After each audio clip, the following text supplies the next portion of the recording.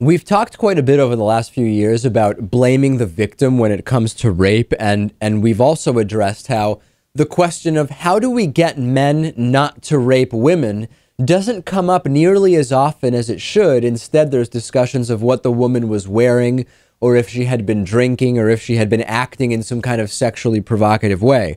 Well, now the National Review Online, I think you're going to like this. They have an online contributor named AJ Delgado, who's a woman. And in a May 19th piece, Ms. Delgado said that women are, quote, being brainwashed into believing they were raped. And she explains that there was a friend of hers who started trying to convince herself that she had been raped in order to save her dignity and not face the reality, which is she had chosen to engage in a regrettable sexual encounter.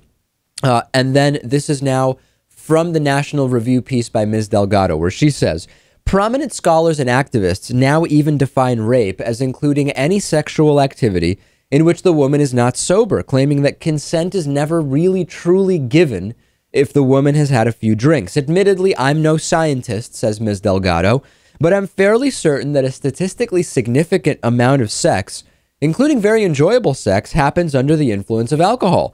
By the liberal definition of my generation, I have been raped multiple times. And then she goes on to say, are women themselves being taught to believe that they were raped? The aforementioned only sober consent is true consent notion? Yes. And that, ironically enough, makes these women victims of liberal culture too.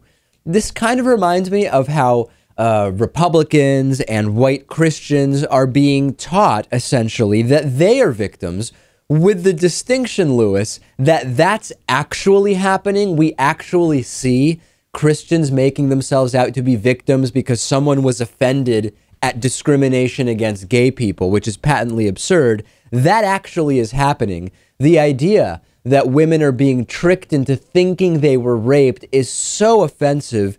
And again, it's a conversation about rape that ignores all of the things we should be discussing around rape culture. It does. You know, there are cases in which a woman might cry wolf, or a man might cry wolf, whoever. There are cases in which things she's saying are true, but that's kind of the exception, right? I mean, we can't assume. It's incredibly irresponsible to try and tell people that the majority of cases are cases like that. And that most people are victims of liberal culture rather than actual rape. And what you're pointing out, Lewis, is exactly right, which is it's a logical fallacy called proof by example. Sometimes it's called inappropriate generalization, where you use one or a few specific examples. In this case, Ms. Delgado cites her own enjoyable drunken sexual encounters and the one example of her friend who she alleges had regrettable sex and tried to convince herself she was raped. You're using one or two examples to then make a generalization about what's going on. In this case, that liberal culture is tricking women into thinking that they've been raped.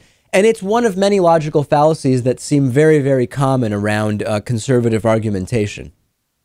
Yeah, on a number of topics, of course. I remember we had one guy on the show who told us that carbon dating doesn't work because there was one example of near volcanoes, it not working. What about the hundreds of thousands of examples of it working perfectly? This program is supported directly by you. Please go to davidpakman.com/membership to become a supporter today and get a whole bunch of great member benefits while doing it.